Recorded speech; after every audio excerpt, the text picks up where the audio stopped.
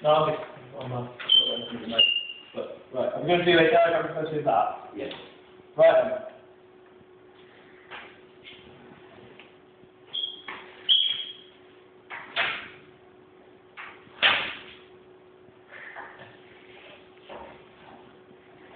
Hi, Chief.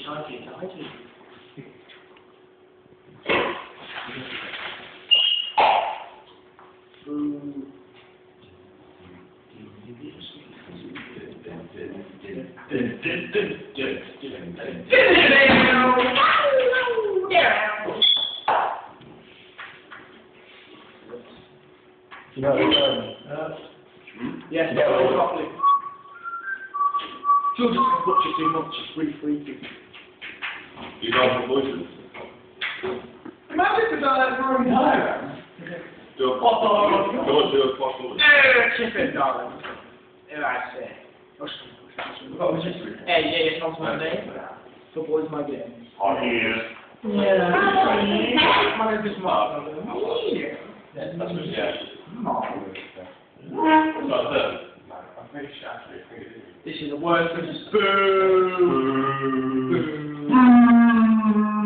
Oh, yeah.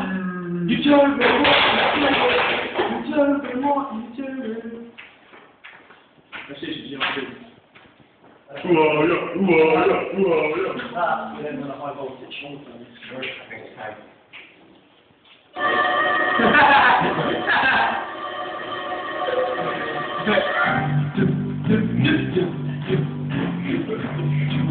You pay too much for your car insurance?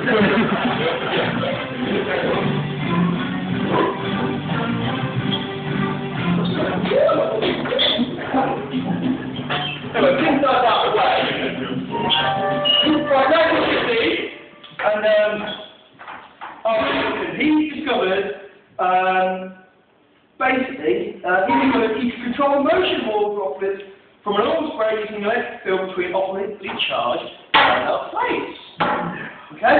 He found that if the descent of an oil droplet falling, he found that if the plates were horizontal so the field was vertical, he could slow down or stop or reverse the descent of the oil droplet falling between the plates. Using a microscope, he was able to observe individually charged droplets.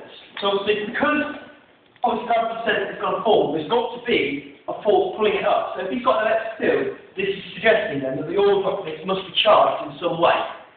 So we now know that the oil droplets have got a charge on them, and that from that we can then possibly measure what sort of charge and what is creating this charge. Okay. He was able to make any charged droplet stay in a stationary position by adjusting the potential difference between the plates until the electrical force on the droplet acting vertically was equal to the weight. So consequently, you've now got Mg will be equal to the electric field strength. Right? Okay, now then. We're now going to bring in Mr. Millikan himself, regarding his butcher slash lab technician slash 007, to explain the history behind the product. Here's more. Quick bit of a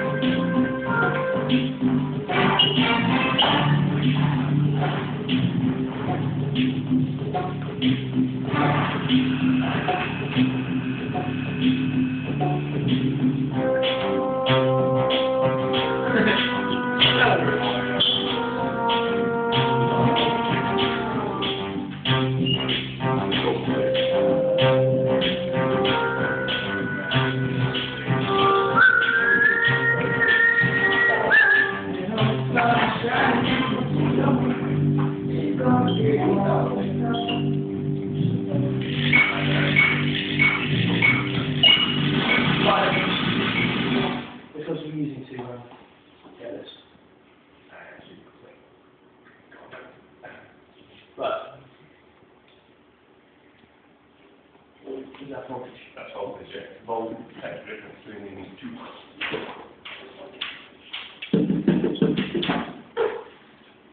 Right. Let's start. Right. Firstly, force equals voltage times charge, which is Q, over the distance between parallel plates. When we knew that. But because we're now working on this, we know that it's being charged the electron that will be the charge on the particle or the point that you've got it in here. From there, moving on. So G equals V at the Because you know, force pulling it downwards, it will be equal to the force pulling it upwards. Yeah. Keep it stationary. So as long as this particle here is stationary, being suspended in the field, acting against gravity, we know that those two will be equal. I know that M, we just draw that. M equals V rho. Yeah, so mass equals the volume times by the density. The volume, obviously, because it's spherical, is 3/3 pi r cubed times by rho. Because obviously we can work out the density of oil, we know the density of oil, and also we can measure that. We can measure the radius.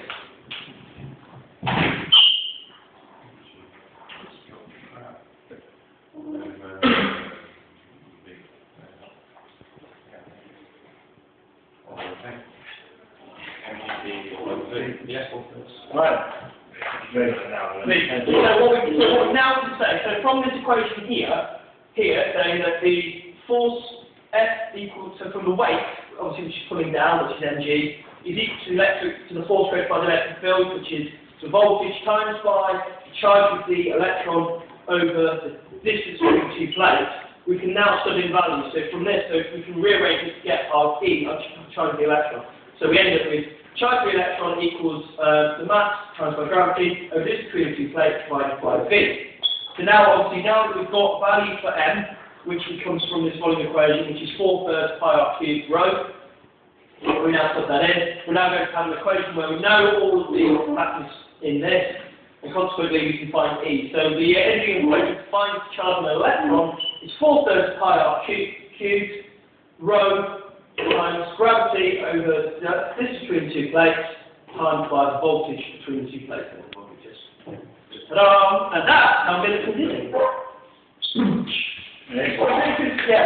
The significance of this was that we've never had anything that was so had such a high charge mass ratio, so it had a lot of energy, such a small particle, and also understanding the electron having it there, we can work out a lot of things from flow, etc. And Scribbling charge on the electron is the charge on any fundamental particles. So from this, we also need the charge on the proton. you have it. That's one thing I wanted to explain though. When you did the experiment, Yes. you said that you got the charge of one electron. Yeah, absolutely. No, sorry. What we did was because Millikan, this guy here, we're a technician, right? He found that he got he took loads and loads of readings. And what he found, that every single reading he took, over hundreds and thousands of readings, he found that they were all multiples of 1.6 times 10 to the minus 9. Minus 13. So consequently, from this, he deduced that the charge of a single electron must be 1.6 times 10 to the minus 17. So from this experiment, you can work out how many electrons have been ionized off this.